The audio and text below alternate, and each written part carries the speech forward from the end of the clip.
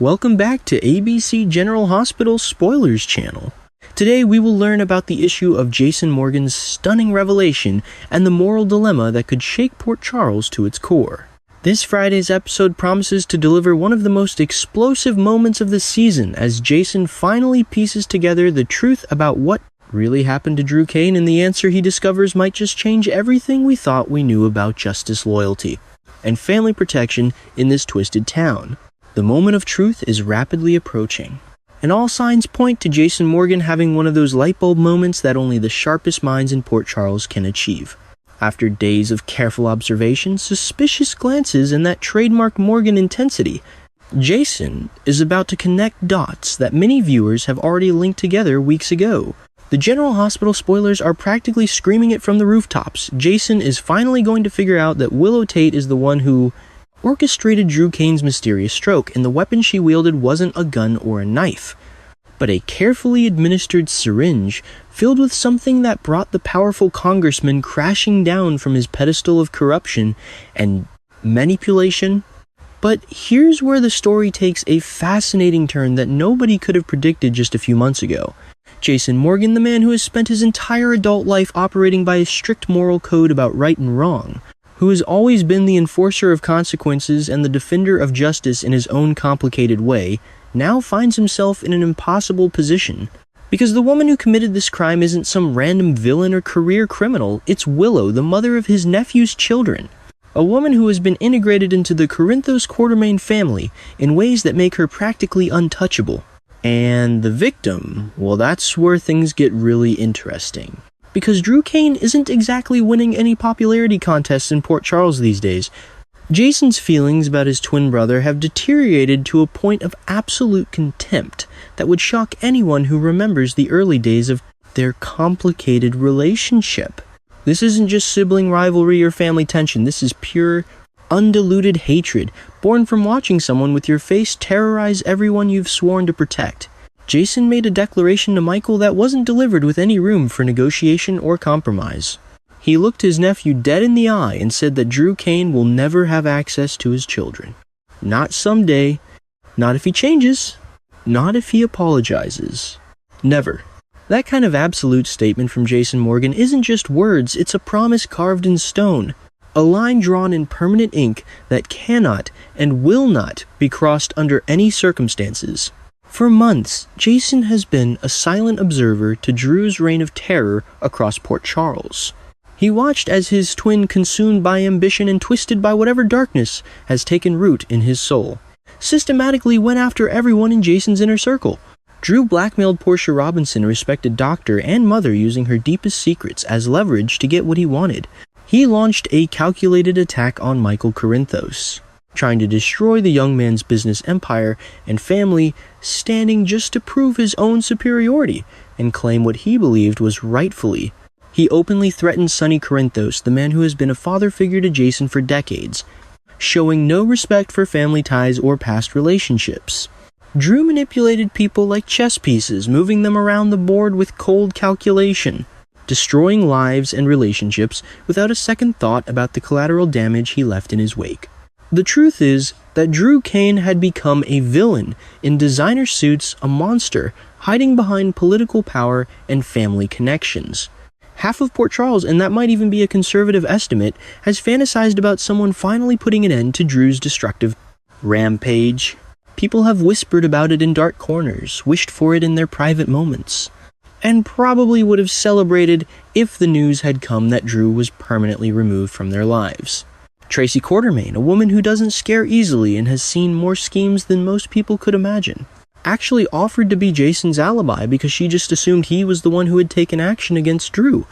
That tells you everything you need to know about how badly Port Charles wanted Drew gone and how obvious a suspect Jason would have been. But Willow Tate actually did it.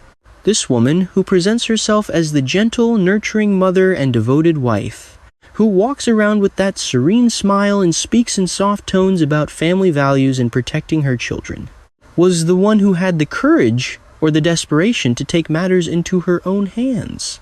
She obtained a syringe, filled it with something that would bring down a powerful man, and administered it with the kind of calm determination that suggests she knew exactly what she was doing and why it had to be done. And when it was over, when Drew was lying in a hospital bed with his brain damaged and his future uncertain, Willow disposed of that syringe with a smile. Not a grimace of guilt, not tears of remorse, a smile. That single detail tells you everything about how Willow really felt about her actions. Jason isn't blind to the signs that something isn't adding up. He spent this entire week being hyper-vigilant, playing the hero in multiple situations, and using that analytical mind of his to piece together fragments of truth.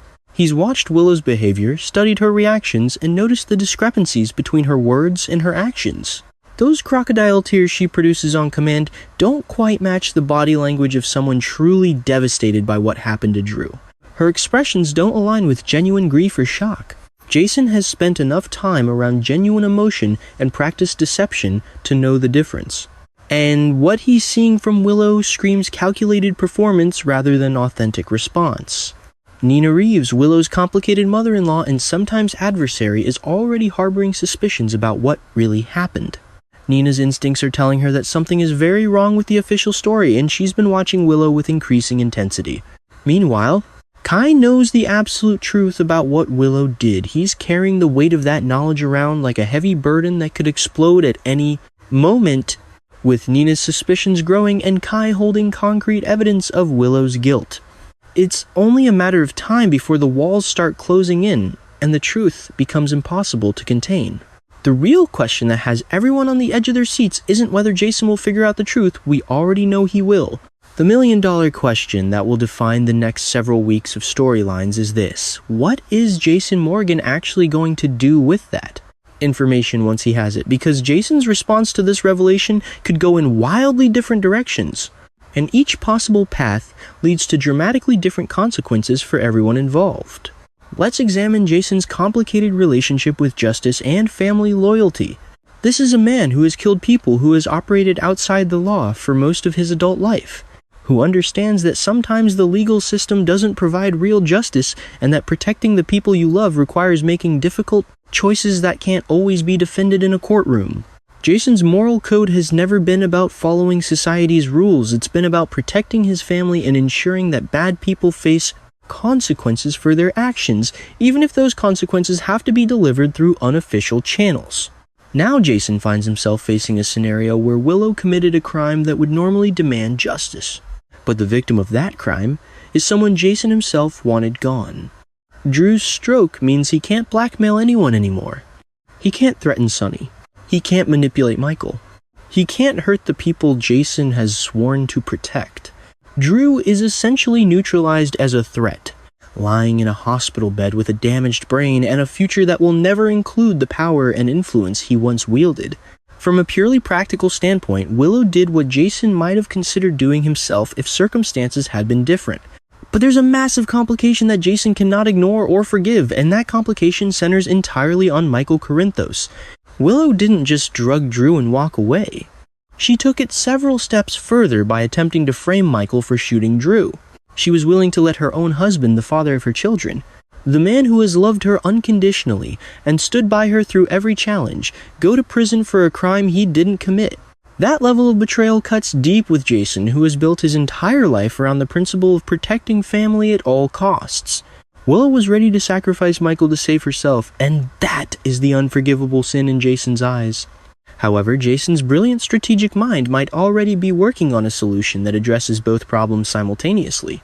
What if there's a way to clear Michael's name while also protecting Willow from prosecution? What if Jason can engineer an outcome where Michael walks free, Willow avoids prison, and Drew remains in his vegetative state, unable to hurt anyone ever again? It's the kind of complicated three-dimensional chess move that Jason has pulled off before, and he has the connections, resources, and strategic thinking to make it happen. The reality is that nobody in Port Charles is really pushing for justice for Drew Kane. There's no groundswell of public support demanding that his attacker be found and punished. Justine Ward, the assistant district attorney who holds significant power in this case, has already confided in Sonny that she believes Willow is guilty, but absolutely does not want to convict an innocent person like Michael. She's essentially signaling that she's open to alternative resolutions that don't involve putting the wrong person in prison. The case could easily be classified as unsolved and quietly shelved, filed away in the cold case archives, where it would gather dust alongside hundreds of other Port Charles crimes that never saw resolution. Jason could orchestrate this entire scenario with the kind of precision he brings to his most complex operations. He could ensure that all evidence pointing to Michael is discredited or explained away. He could make sure that Willow's involvement remains hidden from official investigation. He could use his influence and connections to guide the investigation away from anyone in his family and toward dead ends that lead nowhere. Drew would remain in his current state alive, but completely powerless, unable to scheme or manipulate or threaten anyone ever again. The people Jason loves would be safe from both Drew's machinations and the legal consequences of stopping him. From Jason's pragmatic perspective, that might actually be the perfect outcome. This brings us to a controversial question that viewers are debating across social media and message boards. Is Willow Tate actually kind of a hero in this twisted scenario? Now, before anyone starts writing angry comments, let's be clear. Attempted murder is a crime. And we're not suggesting that drugging people is a recommended solution to family problems. But when you examine everything Drew Cain has done, when you consider the lives he's destroyed and the pain he's inflicted, Willow's actions take on a different shade of moral complexity. Most of Port Charles wanted Drew gone. People were openly discussing it. Powerful figures like Tracy were prepared to cover for whoever did it. Willow committed a crime, yes, but she also freed her family from a genuine monster who was systematically destroying their lives. She protected her children from a manipulative stepfather who would have used them as pawns in his power games. She stopped Drew from continuing his campaign of blackmail and destruction that had already claimed multiple victims. She neutralized a threat that law enforcement and social institutions seemed powerless or unwilling to stop. In the grand soap opera scheme of things, where villains routinely commit heinous acts and heroes frequently operate outside the law to protect innocent people, Willow's actions could be viewed as practically heroic. She saw a threat to her family. She assessed that conventional solutions weren't going to work, and she took decisive action to eliminate that threat permanently. That's exactly the kind of thing that Jason Morgan has done dozens of times throughout his own storyline, and nobody considers him a villain for protecting his family. So when Jason finally connects all those dots and realizes that Willow is the one who drugged Drew and caused his stroke, don't be surprised if his response is more complicated than simple condemnation.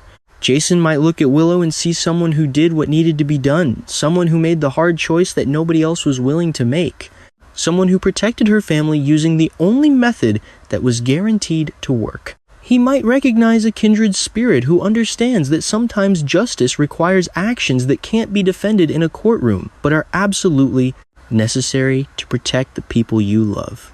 Drew Cain got exactly what he deserved, and Jason Morgan knows it.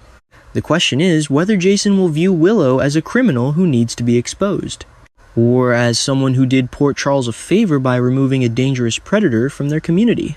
Given Jason's own history, his hatred for Drew, and his commitment to protecting his family, the smart money says Jason might just decide to keep Willow's secret and let sleeping dogs lie in their hospital beds.